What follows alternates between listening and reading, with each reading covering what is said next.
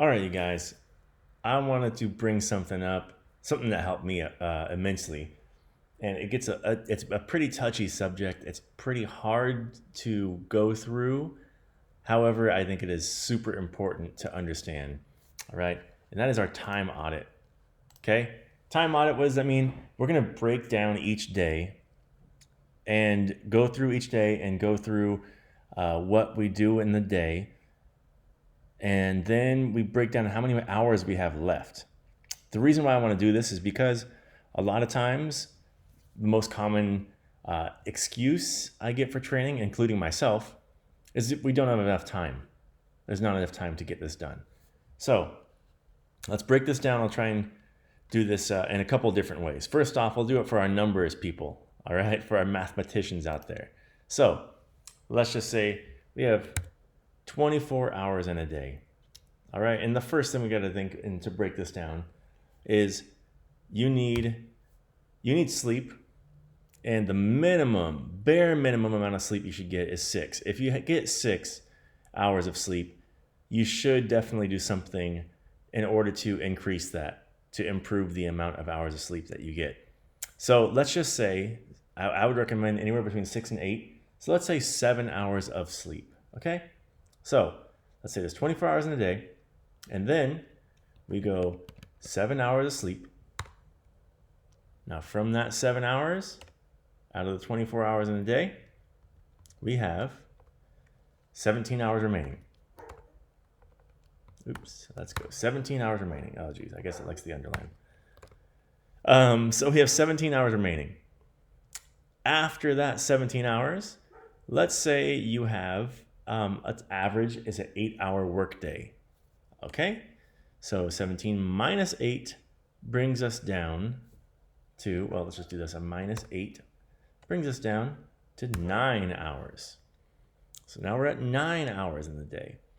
Now with those 9 hours, let's say you get off of work and you spend a good 4 hours with your kids, all right, with your family. You have dinner time, you have story time, you have all kinds of good stuff. So let's say 4 hours with your kids. So 9 hours minus 4 hours. That leaves us at 5 hours left. So try and move this guy up here for a second. Oh, I just ruined something. So I'll bring this up here next time. So with our 5 hours remaining, right here, 5 hours remaining.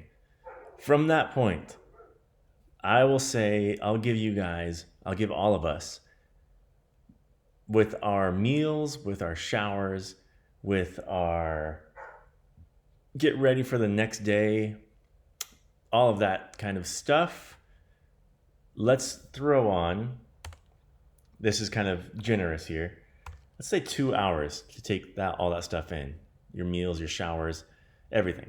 So that leaves us with 3 hours left. So 3 hours left in our day for the week. And this isn't the weekend, this is the weekday. Now with your 3 hours, what are you doing in these 3 hours? Now, again, a common excuse is for not exercising is we don't have enough time. Now, let's go from our visual learners out here, okay? So let's say we'll do a pie or a circle. And this one we'll do a glass, because we all like glass half empty, half full. So let's say if we break it down, let's say half of our day, so 7 hours of sleep, 8 hours of work, all right? So that's 15 hours a day. It's a little more over half, all right? So let's break it down. Oh, geez, that is glorious. Let's not talk about my artistic skills, okay? So we got sleep here, and we got work here. We got lots of this pie stuff filled up, all right? So sleep, work. Then we throw in our 4 hours of family time, right? if this is a remaining 9 hours, let's go 4 hours of family time and then 2 hours of excess time. All right. We can color that in. Then we have this section of time available. And then with our glass, just to break it down real quick, there's our work, there's our family and our excess. We're not even spilling over the top here. All right? So we do have excess time. Now that brings me to my final point. Within your priority bubble, you have to make sure that you give yourself, that you are able to fit in yourself as a priority. What does this mean? So this means, this means that I don't know how to use this whiteboard. All right. So you have work inside this bubble. You have your family inside this bubble. You have your sleep inside this bubble. And you have extra stuff. So you time, your exercise time. Now in your priority bubble, how much of it, of course, family is the biggest priority in your day. All right. And then, you have to sleep. So let's say here, you have to work. All right. So let's say here. And then you have you time. What are you going to do with you time? Does this mean you always have to work out? No. Does this mean that you have to only focus your attention on exercise and training? No. It just means you do have the time. We do have the time. Whether it's earlier in the morning before work, all right? Or whether it is after work, after we put our kids to bed and we have our that kind of time completed. No matter what, we still have you time. So I want you guys to think about how you can squeeze in exercise in your day-to-day life. How you can squeeze in your health and fitness.